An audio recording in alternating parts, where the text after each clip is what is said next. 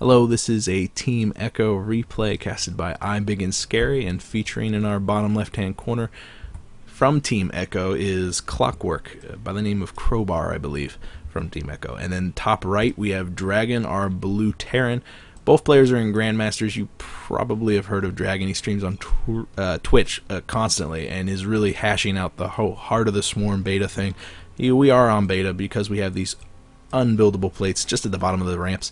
Really nice addition there by Blizzard to make it so that the map editors don't have to throw in the supply depots and whatnot, just to get rid of some of that cheese that Protoss could do that people consider to be unsporting. It's exciting time of the beta just because that cheese is going to be being rehashed. All sorts of different shenanigans from both players are going to be created and manipulated and abused. It's going to be great.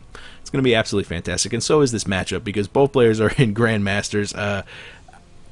It's going to be awesome. I've seen Clockwork play before. He is very, very good at harassment. Very, very good at positioning those fungal growths just at absolutely perfect points to get some massive hits on those Marines. So Dragon's going to have to be very careful with that.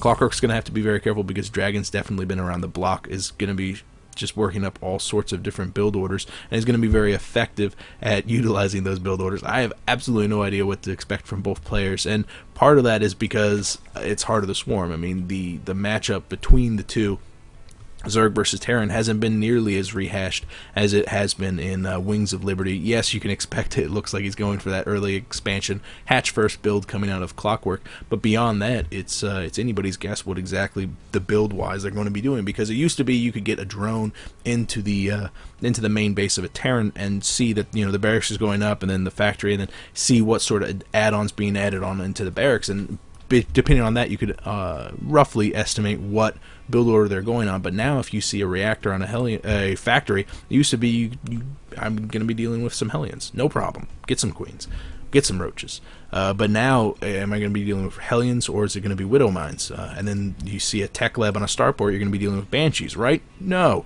Ravens. They're fantastically good now. They have that huge buff of getting the Hunter-Seeker missiles as soon as they pop out of the starport. It's going to be really, really weird just not knowing 100% what unit's going to be coming out of what structure until we've hashed out this whole metagame. So it's a very exciting time to watch, very exciting time to evolve with the game, and I think we're going to be seeing a very excellent example of that. Clockwork immediately going to work with that 3 gas as we actually get into the game. The first 3 minutes or so, it's not as exciting, but a nice little extractor's trick from Clockwork to free up 2 supplies so that he can go to work on that first queen. Second queen also being built as that Overlord pops out. Both queens are going to be meshing up with their energies pretty tight. Once the 100 gas has been taken from the extractor, I expect we're going to see these drones get pulled off of gas and the metabolic boost to go to work. But until he gets another expansion, I don't know if Clockwork's going to be continuing on that gas. But it's Heart of the Swarm. Who knows? Supply depot going up to complete that wall off. Probably going to signify an add-on is going to be thrown onto this barracks in very short order. Looks like the SCV is positioning itself to throw down a factory. There it goes. And it's going to be taking advantage of whatever add-on gets thrown onto that barracks. Probably, in all honesty, going to be a reactor. We can see his second gas has been grabbed for Dragon, and he's going to be going to work with all that extra gas. What is he going to be doing? Well, since he's getting that much gas with the reactor, I expect it's going to be Widow Mines, but who knows? Who knows? He doesn't need that much gas if he's just going for Hellions, but he might need that gas later on if he's intending on progressing down that tech path. It could be that he's going mech with that extra gas. It definitely seems that way, but a 1-1-1's definitely not out of the question. Keep an eye out to see what this barracks does once it repositions. If it starts to throw down a tech lab with a starport right on top of it, maybe we could see that 1-1-1. Maybe we could see the addition of some air units. Viking definitely can never go amiss, and like I said, those Ravens are pretty powerful, as are Banshees still. Gas has been taken off for Clockwork as he begins to fully saturate both of his expansions. 32 over 24, heavy economic lead for the Zerg, but Terran, Dragon, he's using those mules to the best of his advantage, and he's actually neck and neck when it comes to mineral income, and he has the advantage for that gas. Starport being added on right next to the barracks, and there goes the tech lab. Awesome. So a tech lab onto that starport. Is it going to be Banshees? Is it going to be Ravens? Probably Ravens, just because they have that new buff, and it's going to be very interesting to see that matchup I think, in all honesty, I think that everybody's dying to use Ravens right now. They really want to get in there and use them. And I think Clockwork's going to be well protected against whatever comes out of that starport. He's got 3 queens here, another one at both of his hatcheries, and is probably going to be getting some evolution chambers shortly just to have that added buff of the possibility of throwing down some spores if it does need detection coming out of that tech lab. Tech lab is done. Starport has repositioned itself. Come on, don't make me wait. Raven being built at the starport. Fantastic. At the exact same time, the Corvid reactor is being researched, and he's still got gas left over. Fantastic. Nicely timed here from Dragon. I believe this is probably not the first time he's ever done that build, but I wouldn't put it past him. We can see that the reactor has been used to throw out 2 Widow Mines on the back of the first handful of Hellions or Battle Hellions. They're just called Hellions when they're not in battle mode, right? Hellbat. Okay, so Hellions. I begin to take some of the map control back from the Zerg. It looks like this gaggle of queens is not going to be having a problem with those Hellions, especially if they overextend themselves onto creep. Oh, the Zerglings rushing in, trying to get a nice surround off before they can make it back to that choke. 2 of the Hellions looks like are going to go down. 2 of them do go down, but the other 2 are very weak, and it looks like the Zerglings are going to race them all the way back home. However, Dragon does have those Widow Mines out. Where exactly are they?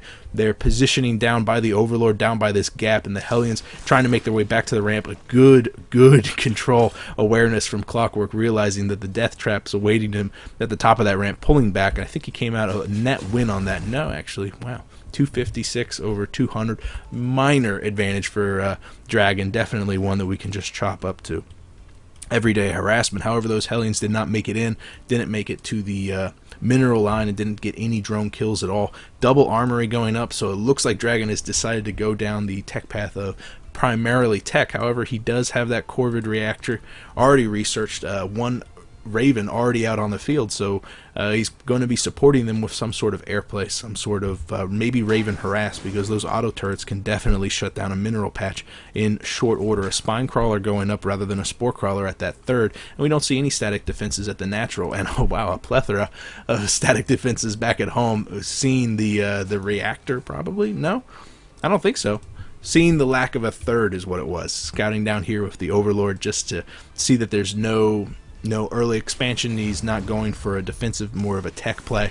And nice defensive positioning of these Widow Mines over here and over here, just protecting that entire do these fully? They do. They totally overlap right there. That is going to be an impenetrable wall. And if, for whatever reason, Clockwork decides to go with those Mutalisks, even though they got that recent buff, they're going to be very, very hard-pressed to sneak through those Widow Mines, because they do quite a lot of damage straight up to 1 unit, but they also do 40 splash damage to anything clumped up, and those Mutalisks sure like to clump up. There goes those 2 Evo chambers working on +1 range and +1 armor, and that range is going to fit very, very well with the Infestor Pit that is now finished, and the Swarm Hosts that are popping out on the scene. I did see the Infestor Pit going down, but I couldn't mention it because I don't know what's coming out of the Infestor Pit. Is it going to be Swarm Hosts? Is it going to be Infestors? Infestors have had that major buff, or debuff, the nerf, I guess is the proper vernacular, the major nerf of making the fungal growth into a bit more of a projectile, shorter range, making it so it's very difficult for them to get in and do those massive death blows that we've seen in the past. And the Swarm Hosts are significantly more powerful, significantly more useful currently. We haven't quite seen the Infestors fully define their role just yet. These Hellions are definitely performing their role admirably, doing a nice amount of damage to those Zerglings, taking them out completely. However, those Zerglings are going to be phased out, I think, with the Swarm Hosts now on the scene. What we haven't seen out of Clockwork is a lot of anti-air, and I think that the Ravens, and is this a Raven? No, it's a Viking just patrolling around, hasn't succeeded in killing off a single Overlord yet. But I think this is going to be a problem. If he continues to produce these Ravens, if he continues to get out a bunch of those Ravens to throw down a bunch of autocannons back at home, or even just to throw down the seeker missiles to snipe key units early on, I think the Swarm Hosts are going to be relatively undefended against them, and they'll be hard-pressed to defend themselves from those Ravens. I think some Hydralisks with their massive buff of the speed could be a nice counter to that, but only time will tell. Or you could just do this, a Nidus network being built by Clockwork. I wonder, it's probably back here at the Natural. It doesn't really matter where it is. Oh no, that's a shame. Forced to kill the Baneling Nest so that the 2 Swarm Hosts can get out. The Swarm Hosts are eventually making their way across the map right now just throwing down a handful of locusts just to scout, I guess. Maybe making it so that Dragon feels a little bit shy about overextending himself with these Hellions as he slowly is beginning to build up the siege tank line. Siege tank deck is done. Siege tanks are positioning themselves down by the 4th. There goes the Nidus network back at the home, but immediately scouted by Dragon, pulling off those SCVs, going to be targeting down that Nidus, and it looks like it's going to go down before it even pops out. I don't think a single unit will be clearing it. What exactly was in there? A bunch of swarm hosts? That would have been devastating if the swarm hosts had managed to get out, burrow before being detected. However, with so many different missile turrets in range of that Nidus, I don't think that they would have been hidden for very long. Round 2 coming out, however, the Hellions quickly reinforce that area, and the Nidus again dies very quickly. Oh, and that Overlord choosing the wrong path to escape through. The Widowmine getting 1 kill, and if he hadn't finished him off, that missile turret in short range would have. Ultralisk Cavern, wow, very fast Ultralisk Cavern, 15-minute mark, maybe not that fast, but I feel like he's tech switching away from the swarm hosts a little fast. Gonna be moving on into that tier 3 units pretty quickly. I would love to see Aspire. I would love to see some Corruptors coming out to deal with these Ravens. However, the swarm hosts, those Ultralos, are going to be very, very powerful, and especially with their burrow spell being able to pop up underneath the siege tank line. If used properly, I think Dragon won't have a problem breaking any sort of siege tank line that we can see developing. Speaking of lines, look at all those, oh man, that's a lot of swarm hosts. I wonder what these guys are doing, leading the charge. However, they cannot fight unburrowed. 2 of them go down instantly, no control at all from Clockwork. I think he was just expecting all of these units to be only swarm hosts. However, since the swarm hosts were kind of stacked up on top of each other, some of them did not burrow, and because of that, they instantly pushed off. The Ravens pushing forward. Those Ravens do not need the detection afforded by that scan. However, the added forethought of seeing those swarm hosts in that area allowed them to throw down quite a lot of their Hunter-Seeker missiles, and we can see the gaps that have been left by all their dead. A lot of Zerglings are left alive. I think what he's hoping to do is take the majority of the splash damage from those siege tanks, which we can see are sieged up over here by the 4th, and then run his Zerglings in behind it. However, none of those swarm hosts are getting anywhere near the siege tank line because they just melt away. Remember, siege tanks and any land armor, as well as any land, I'm just going to skip over here to actually show you guys. There is no vehicle plating anymore. There's only plating in general. Any armor upgrade that you get only affects the 1 armor upgrade. And we can see another Nidus network going down by the 5th.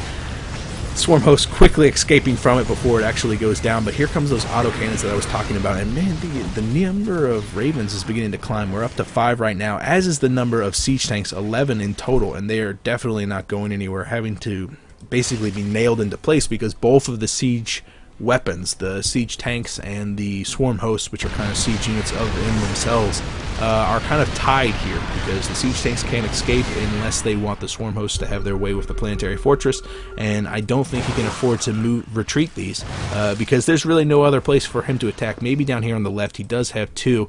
However, a small push from Dragon can definitely clear that force out, and right now Dragon doesn't have a strong enough hold on this base or this base to actually take it. Clockwork, however, has succeeded in taking 1, 2, 3, 4, 5 different bases.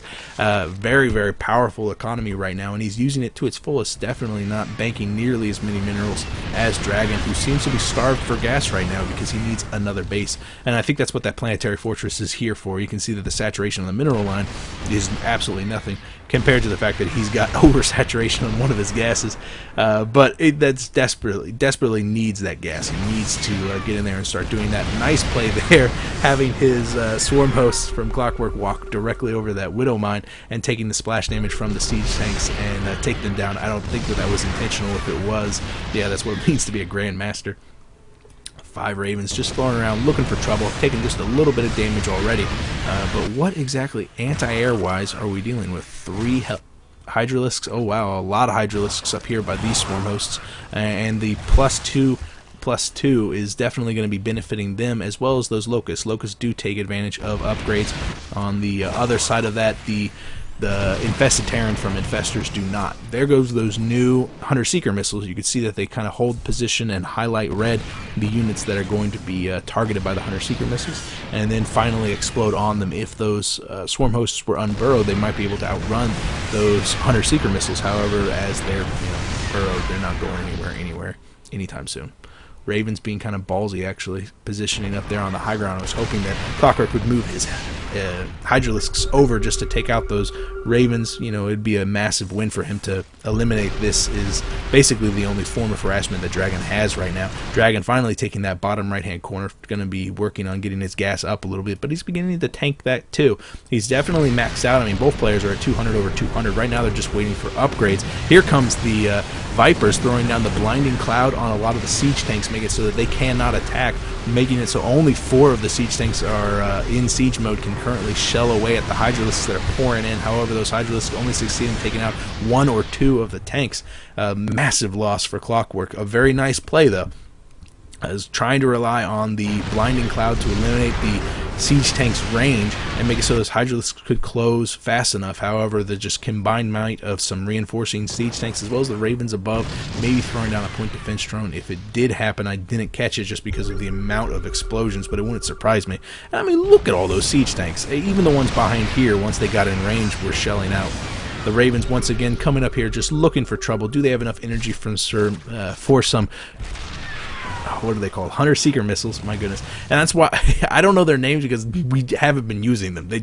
No one cared about them. Auto turrets were so much better than them, but now that they've changed to be significantly faster in killing something, and also very good at killing specific structures, specific units. 300 straight damage into the unit, and then what, any splash damage at all? No splash damage at all, has made them completely change the spell, and I think because of that we're going to be seeing a lot more of them. Another Nidus network going down, hopefully trying to defend the 4th, however it falls very quickly, and Clockwork has failed to re-macro up to his max supply, but relying on the very mobile Hydralisks right now to quickly reinforce that 4th. Unfortunately, the siege tanks go into siege mode before the Hydralisks could get there, and they really can't do anything without the added support of the Vipers. There goes once again the blinding cloud, making it so the siege tanks just have to stand there and take it. Finally a win for Clockwork. He definitely needs to do something about all the huge siege tank line that's slowly being built up by Dragon, and I think Dragon is walking himself into a corner if he can't begin to put some more pressure on Clockwork. Yes, he's incredibly well defended right now, but unless he can continue to take expansions, he's going to slowly mine himself out. We can see that he's definitely banked enough minerals right now to last from here until 3,000, but it's going to be quite a while before he can actually push out and start doing damage to Clockwork. And as Clockwork is taking a base down once again into the 4th, if Dragon can't start denying these bases, I think Clockwork can just slowly, gradually wear him down by a war of attrition. And this is really going to help out Dragon right now, is shifting into even more of those Ravens. We had 5 just a short time ago. I'm afraid to look at the count. We can see 4 on the production tab, and 13 are totally out right now. And just shelling down all of those Hunter-Seeker missiles onto those swarm hosts, which are incredibly expensive units. 4 more Ravens going to be coming out. These are incredibly cost-effective units, and as gas becomes increasingly more short supplied for Dragon, as these bases start to get mined out, naturals mined out, mains mined out, so I think Dragon's going to have to be more cost-effective with units, and I think Ravens are a really good choice for that. 2 of the Hunter-Seeker missiles were trying to hit those Overseers. However, the Overseers are treated fast enough, and the Hunter-Seeker missiles fall down once the unit passes outside the range of those Hunter-Seeker missiles. They fall down as a dud, which is a pretty cool mechanic, I must say, by Blizzard. Now the Ravens are trying to support the siege tanks as he begins to reposition that siege line. The siege line up here to protect the 4th is still very intimidating right now. So the swarm hosts, even though they are still positioned there, aren't going to be able to push in quite fast enough. Ultralisks, even though they were created 10 minutes ago, have finally found their way out onto the field. +2 ground weapons is also done to support them. You can see +3 on the way, as well as some air carapace. Now that the greater spire is done, those broodlords beginning to push out. Autocannons being thrown down to protect the Thor as he takes down that hatchery. 0 saturation here, so overall not the biggest loss for Clockwork, but a bigger loss for him is the fact that he's slowly beginning to mine out his own bases. The third is still moderately saturated. That's a weird path for those drones, I must say. But I don't know. I really don't know who's winning this match. I think they're right now trying to find the perfect unit composition. It used to be, if you see Marines, you could get this. If you see Terran going mech, you get this. And right now we don't know what the proper unit composition for mass Ravens with the siege tank line is. And it looks like Ultralisks with some Hydralisks seem to be doing the trick. They've definitely done a good number on the Ravens, making it so that they have to retreat. But part of that is just because they're running out of energy. With so many Ravens, though, they're going to be accumulating so much energy so very, very quickly that Dragon is going to be able to continually harass with all of those Ravens. I've only seen this build style being done 1 or 2 more times by Angry Kittens, and it's incredibly effective once the flock of Ravens, I guess it's a corvid of Ravens, why the reactor's called that, gets up into this critical mass. And I think we are at that critical mass right now. I think Dragon has reached the point where he should feel comfortable enough to actually push out and do some damage. I think he should push down here, throw down a ridiculous amount of autocannons, and just walk away as the entire infrastructure is dead. All the spires are here, all the Ultralisk caverns are here. I think that's what needs to happen. And unfortunately, or fortunately for Clockwork, he's been doing a good enough job with having so many different types of units to deal with the harassment coming out from those Ravens that I don't think Dragon feels comfortable enough to do that. Whoa, a huge wave of those autocannons going down, and we can see how much damage they do to those Ultralisks, I believe. Yeah, that's 300 straight damage to those Ultralisks, 2 of them, 2-shot an Ultralisk. That's quite a lot of damage. Nidus Word going down in the main. However, there are no SCVs to be pulled. There is a Widow Mine, though, so that Widow Mine will be able to take out whatever is first coming out of that Nidus Worm. However, it's going to be a lot of Hydralisks, and they're going to be doing quite a lot of damage to that infrastructure. That first Widow Mine shot did come out and do quite a lot of damage to those Hydralisks, and now that the Ravens have quickly responded, wasting, in my opinion, a lot of energy down on those Hydralisks in bygone days, that Hunter-Seeker Missile would have completely destroyed that entire mesh of Hydralisks there, but because there's no splash damage, that's really a waste of all that energy. Scan going down, and Overseer arriving to scout the Widow Mine, not before it gets off that final shot, killing one of those Hydralisks, though I think that might have been a Hunter-Seeker Missile there. The Vipers, we haven't seen play a large role right now, doing an abduct on just one of the Ravens. However, the ball of siege tanks pushing out is going to be doing quite a lot of damage. Now that Clockwork seems to have progressed to a more air-focused play, and I think this is going to be very effective. The Broodlords don't have to be nearly as large a number as you would expect, because there's not a lot on the ground that can shoot up. The Thor is basically the only unit we see right now. The Ravens are by far more of an intimidating force, and Ravens are very, very good against Corruptors if they have enough energy to throw down their point defense drone and retreat. Obviously, they can't really kill them too much, but the Corruptors pushing out, there's no longer splash damage from those Hunter-Seeker missiles, so the Corruptors can feel free to bundle up like that. The Vipers throwing down their blinding cloud on all the siege tanks, forcing the siege tanks to unsiege and finally retreat. Clockwork is behind 2-1 on the resources lost tab, but we can finally see that that number is going to begin to climb back up into his favor. The Broodlords are finally sacking this 4th base. Oh, but no, he's retreating? It looks like he's retreating for now. He's waiting for detection to focus down those Widow Mines. I do not know why he's retreating. Oh, this is why he's retreating, because there's a counterattack from Dragon pushing forward with all of his Ravens. Ravens have been very, very weakened by the combined harassment from those Hydralisks, as well as this right here. This is the money. This is the money composition. Those Corruptors are finally giving the number of those Ravens. This matchup used to heavily favor the Ravens, but now the Corruptors have come into their own right, beginning to focus down that points defense drone, which bought those Ravens just a couple of seconds. The Hydralisks pushing forward, catching the siege tanks unsieged. Now all of a sudden the Hydralisks have free range to, wow, look how fast that planetary fortress went down. And the Broodlings are soaking up all sorts of damage from the splash damage from the siege tanks. At the same time as the Ravens are going down because of the combined fire from the Hydralisks and the Corruptors. And we can see that that number that was just absolutely really high is down to 4 for those Ravens right now. And those Corruptors are going to have a free and open sky once they finish up all those Vikings to morph into Broodlords. Hydralisks are finally going to work on this 4th down here, being repaired very quickly by Dragon and his SCVs. However, the Broodlords are going to have so much energy just to throw down so many of those Broodlings that they really don't have to worry too much about it. I wonder what killed that Broodlord. Oh, it's this Widow Mine right there with 3 kills right now. Just showing you that some Widow Mines being aggressively positioned can really do a number on a large force that's pushing forward. Oh, pretty ballsy Corruptors morphing into some Broodlords, even though they have some very low energy. Look at that, 12 energy right now for that Broodlord Cocoon. And they did succeed in taking down that Widow Mine. I was hoping he was still within range. Finally, the 4th goes down with the arrival of an Ultralisk to take the brunt of his damage. And right now, Clockwork is feeling absolutely fantastic about himself. He's broken that siege tank line. He's found a composition that works. More importantly than anything, I don't care about him taking down the expansion. That's a great win. But more important is he's found a unit composition that worked. This is really cool. In the last 35 minutes, we've seen 3 or 4 different build orders from both players, and Dragon found one that was absolutely rocking socks for against Clockwork with those Ravens and then the siege tanks as a hard point to fall back on. But now all of a sudden, with the addition of the Corruptors, with the addition of the Broodlords, Clockwork has found the correct unit composition to break it down, and he's taken such a massive advantage because of it. I don't see how Dragon can react fast enough. I don't think he can get the unit composition out necessary to defend it. Yes, he's power streaming out all those Vikings, and they're doing a lot of damage to those Corruptors, but there's so many Corruptors right now that Clockwork is continuing to press forward. But look at this, almost 9k for Dragon in minerals, no gas at all because the gas is almost completely mined out, and then Clockwork is pretty much broke completely.